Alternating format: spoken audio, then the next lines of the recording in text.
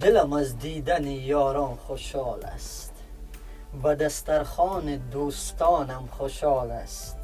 ارا ما را کنار عقل بستند، که دستم عقل شماران را خوشحال است. سلام و درود به تمام کلیت خلقیت بدخشان ما. سلام و درود به تمام حال شخصیتانی که ما را برنامه لوام خراز دل حاضر تماشا دارند. به نهایت خوشحال هستیم.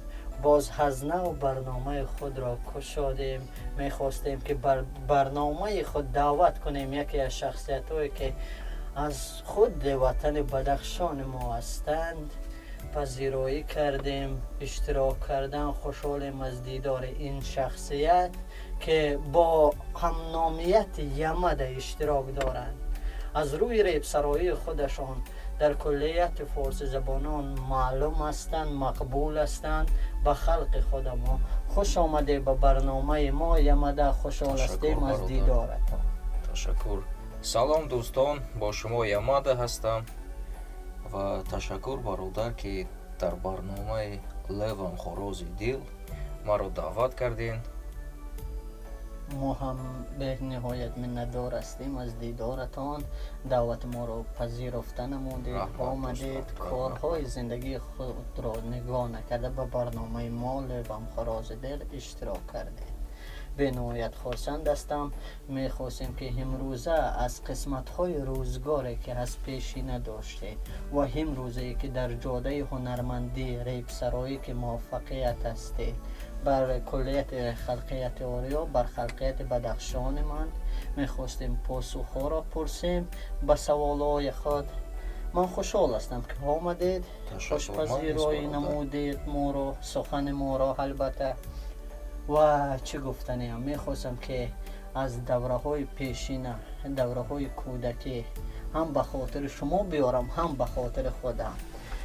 این کسبی که شما امروزه انتخاب نمودید ریب سرایی را، میدونم که اصلا اقلیت، حقیقت، هنرمندی از میدکی در انسانیت پیدا نمیشه، لیکن سببی است. ما میفهمیم که در کودکی اماکی ما، پدر عزیز شما که هم پدر ما هست هم پدر خودتان، از میدکی ما میدونم که پدر شما در قسمت‌های حربی مشغول هستند، کار کردن. و چه سبب شد که شما این را انتخاب نمودید؟ و دیدم در شبکه‌های اجتماعی هم سبب‌ها چه بودن که شما در دوره‌های پیش بریک دانس که همچون یکی از رقص‌های خارجه هستند مشغول بودید و میخواستم که حوالیت این سرشوی کسب هنر شما رو پاسخ گیرم در برنامه خودم. احمد برادر، درست برادر، چه خیلی که شما گفتین. وقتی که من طلبه مکتب بودم، پدری من در قسم حربی 28-48 شهر خوروخ کار میکرد و هر سحر با وای من مشق میرفتم. وای بر عسکران درسی حربی رو میآموخت و در این وقت من قطار وایو مشق میکردم و باز تریکویی که من میکردم اخرواتیکی بود، بر بریک دانس بسیار نزدیک بود و وقتی که من بریک دانس مشق میکردم باز ریپ گوش میکردم و روز به روز شوقی من به همین چیز، یعنی جهان هیپ هاپ، بریک دانس، ریپ بسیارتر شد و بسیاری وقتهای من با همین چیز مشغول من بودم. یعنی این هنرمندی، این شوقیت بریک دانس در دوره مکتبی در شما پیدا شد. بله. وقتی که در قسمت حربی شما هم تمرین مشق نمودید با سربازان. بله. با همراهی پدر عزیز. بله. و اون وقت بریک دانس هم در خلقیت ما اونقدر مشهورم نبود، لیکن هر گونه، هر شخصیتی که این هنرمندی رو می‌آموزد به حد عجایب است به کار خودمون. بعد این کارها شما چرا رو پیشه نمودید؟ پدری من میخواست من شخص نظام شوم و شهر دوشنبه آمدم. با لیسه حربی قبول شدم، اما متاسفانه تا آخر نخوندم از سببی که شوقی من با جهان هیپ هاپ بسیارتر بود میخواستن که شما قسمت حربی را دوام داده همچون در نظامیت کار کنید. به شهر دوشنبه آمده یا که در خود قلمرو بدخشان؟ نه، به شهر دوشنبه آمدم. به شهر دوشنبه آمده. بعد وقتی که نخواستی قسمت حربی را دوام دادن، پس شما هون وقتی که قسمت حربی مکتب را پرتافته به چه کار مشغول شده؟ در شهر دوشنبه نیز با بریک دنس مشق میکردم و استودیا میرفتم. با ثبت آواز میخواستم در همین ساحه هیپ هاپ موفق شوم، چون که شوق من بسیارتر به همین بسیارتر بود.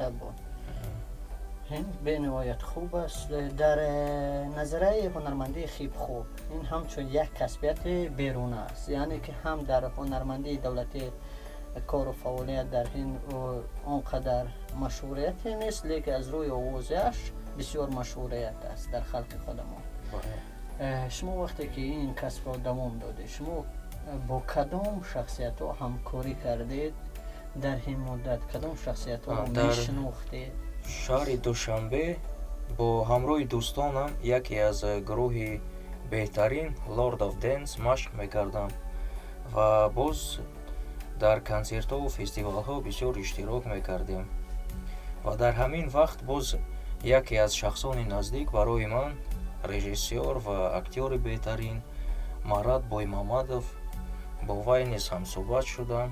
وی در تئاتر کار میکرد، با وی نیز کار میکردم. این کسب را میآموختید یا که با همکاری فقط میکردید؟ اقلا در این مدت کسب آموختگی بودید؟ بله بله، با لورد آف دنس من مشق میکردم، با مراد بویمامدов همچون دوامات کسبیت را پیش میبرد. فهمیدم این کار شما را.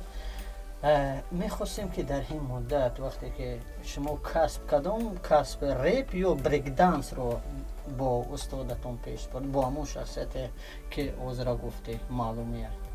نه، من خودم در دوشنبه سال 2017 مکتب خود رو اوید با بریک دنس شدم و در درون وی باز ثبت آواز استودیا با خودم شدم.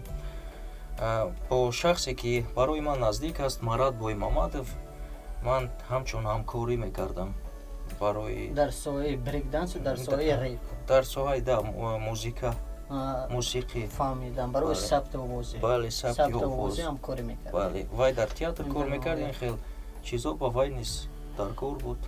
بله بینندگان، چون این است یمده که امروز معلوم است، اما میدونم پیشتره در بریک دنس ایمیجش نامش دیگر بود. بله. اگر خطا نکنم چه نامی داشته؟ MC گینا جونیک.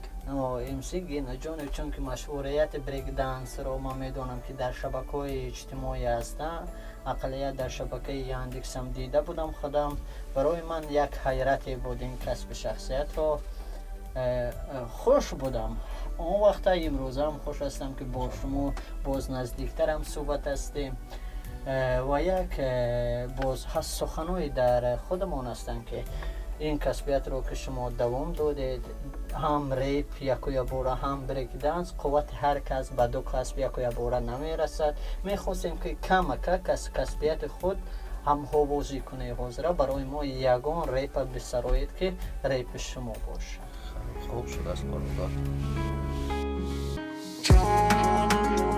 من میخواهم تو رو باز با تو باشم هر روز، نگاه چشم تو مرا میسوزانی هنوز.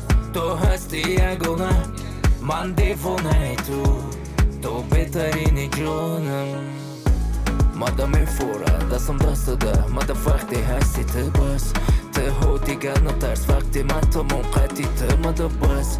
خوش رو ترینی تو، خوش رو در همه جا، زیباترینی تو در تمام دنیا.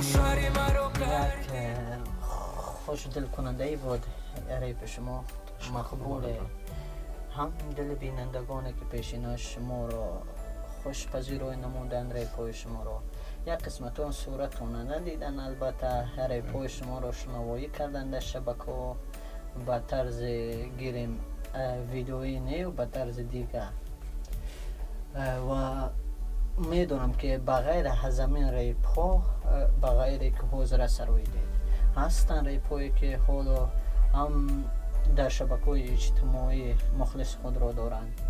میخواستیم که اما ریپوی که حقیقتا از خودتون هستند نامبرداری میکردی برای ما، برای مخلصان عزیز، تا خبردار شوند که کدام ریپو حقیقت سرایی خود را صاحبشون را دارند. میخواستیم نامبرداری میکردی برای مخلصان عزیز در برنامه لبم خرازنده. تریک‌های من بسیار هستند و هستند درباره پامیر دریل هست با نام پامیر دریل، فارسی دریل و باز با لیریکا هستند شب مهتاب و یا تماشابین بسیار در صفحه های اینترنت جمع کردگی هستند و غیره ها می باشند. به نهایت خوب است. من میدونم که فارسی دریل این تریک‌های شما مقبول بودن به مخلصان. حالا که مخلصان خود را پیدا کردن در فارسی زبان در خلقیت بدخشان گوش کردم، به نهایت پسند هستم. مخصوصا برای خودم تریک‌های شما پسند هستم، مقبول هستم، خوشپذیری نمودم برای من. همیشه شما را پسند میبینم از روی کسب شما. برای من یک چه عجایب است وقتی که شما تریک‌های به نهایت خوبی دارید در این جوده، در این کسبیت، همچون کسبیت دویم هم دارید که مقبول دیگر شخصیت و مخلصان خود را دارند. چرا شما از وطن ما بدخشان، از شهر دوشنبه رایت سفر نمودید به دولت روسیه و چرا شما ترک نموده کسب خود را آمدید به این دولت و چه سبب‌هایی بودن که می‌خواستیم این سبب‌های شما را در برنامه خودمون کمتر افشار کنیم بر بینندگان؟ وقتی که من در دوشنبه بودم، خانگی‌های من، پدر، مادر، همه این شهری مسکو اومدن. من از دیگر رو جاتوقع نخواستم بیستم، نزد خانواده‌ام اومدم. اومده به قلمرو روسیه؟ بله. کدام سال‌ها بودن که شما؟ سال‌های 2020. 2020. من خبردار شدم که وقتا سال‌های نزدیکی بودن که شما سر کرده کسبیت خود را در قلمرو روسیه دوام دادن، درست؟ بله، از سال‌های 2020 تا سال‌های 2022 من بسیاری وقت‌های من با دیگر کاربار مشغول می‌شدم، نمی‌تونستم که پیشروی بسیارتر کنم و سال‌های 2023 من استودیای خود را با نام واخونکوم پروداکشن شدم و با لقب نو یعنی یامادا برگشتم. همچون مقام نو دریلو این تریک‌های ما هستند میکنم. دوام داده، همکاری کردی با دیگر شخصیت‌های خارجی. بله بله. هر گونه خلقیت بوده. من میدونم که یک کلیپ داشته، نامش از خاطرم برآمد، اشتراک کردیم در آن کلیپ. شما بر نظره تماشابین بود اون روزا، در خاطرم است. اونم مقبول بود برای دیگر شخصیت‌ها. البته به زبان خارجی بود، به زبان بدخشانی. بله بله. و در اینجا یک گپ دیگر است. شما که این گونه تریک‌های داشتید، شما پیشینه با این تریک‌ها توانستید در دیگر حوزمون‌ها در قلمرو خودمون اشتراک کردن؟ یگان حوزمون اشتراک کردید با این تریک‌های؟ بله، در شهر دوشنبه من در بسیار فستیوال‌ها اشتراک می‌کردم. سرپرستان همچون تیسل، ایکسل، مگافون، گاریلا و غیرها بودند که من اشتراک می‌کردم در شهر دوشنبه. هنرمندنمایی خود را نشان داد. بله، و باز ریپ محاربه‌ای که در سال 2018 از پامیره بود، نام پروژه دیویس خوب بود. من در آن نیز اشتراک کردم و جای اول را گرفتم. به نهایت خوب است. جای اول را به هر کس میسر نمیشه و هر کس هم قوتش، کسبش، هنرمندیش نمیرسد که این جاده رو به دست بیاره. به نهایت خوب است، خوشحالیم. و یک گپ دیگر است، هستند برادران یا شخصیت هایی که امروزه موسیقی شما رو یا اینکه تریک های شما رو در جاده هنرمندی خودشون استفاده میکنند. бале ҳастанд ҳунармандое ки аз оҳангҳои ман истифода мебаранд ва ман хеле сол пеш як оҳанге сохтам ки оҳанги бадахшонӣ буд ва баъд аз ман яке аз шахсон репсароёни тоҷикистон ки ҳамаоро мешиносанд, яъне барои мо репери беҳтарин аст, Мастер Исмаил, вай баъди ман оҳанге ки ман сохтам, баъди ман вайро боз сохт, яъне оҳанги бадахшонӣ бо бисёртар вайро пешравии хубтар кард. бисёр хуб. метавонисте ки ҳамо оҳангро замзама кунед ки мухлисони мо гӯш кунанд.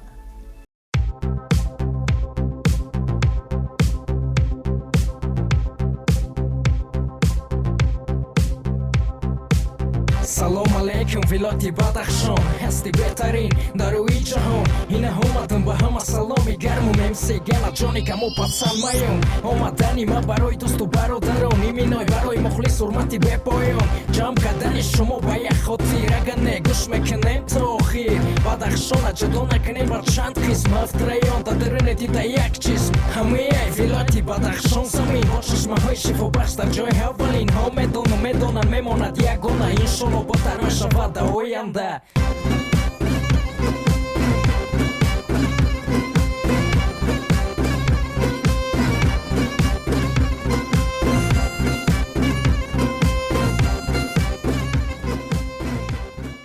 бениҳоят хуб аст. мехостем як саволи дигар. дар оянда чӣ нақшао доред? дар оянда мехоҳам ки памиреп низ ба қатори беҳтарин репи ҷаҳон бояд садо хоҳад дод ва ман кӯшиш дорам то берун аз Тоҷикистон бо забони мо дар плашадҳои калон реп раҳ дода шавад ва дар саҳифаҳои интернете ки барои оянда фоидаовар аст дар он ҷо як номи хуб пайдо кунад ва иншолло ба ҳамин хоҳишу кӯшиши ман то маҳорати баланда нишон додан аст. бениҳоят хуб аст. Арепон осато аянд ая именекен озам ко ане аяранг цато дареп ая рехнеги озвизам камекам оз име озондум ха оз име озондум мақоне реп оз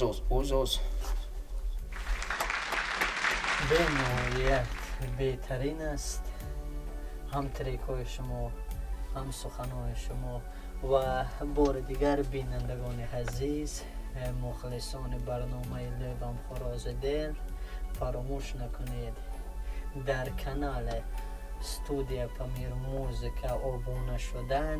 дар зерхати видео метавонед ҳар гуна суханҳои ширинро навиштан. подписасиро фаромӯш накунед албатта ва дар барномаҳои баъдӣ шуморо интизор ҳастем ва дастгирии шуморо ҳар гуна дастгирии шумо бошад он гуна барномаи мо барои шумо боз ҳам лазизтар мегардад ва беҳтарин ҳунармандони худамонро боз ба барномаи Левам Хорози Дил даъват менамоем.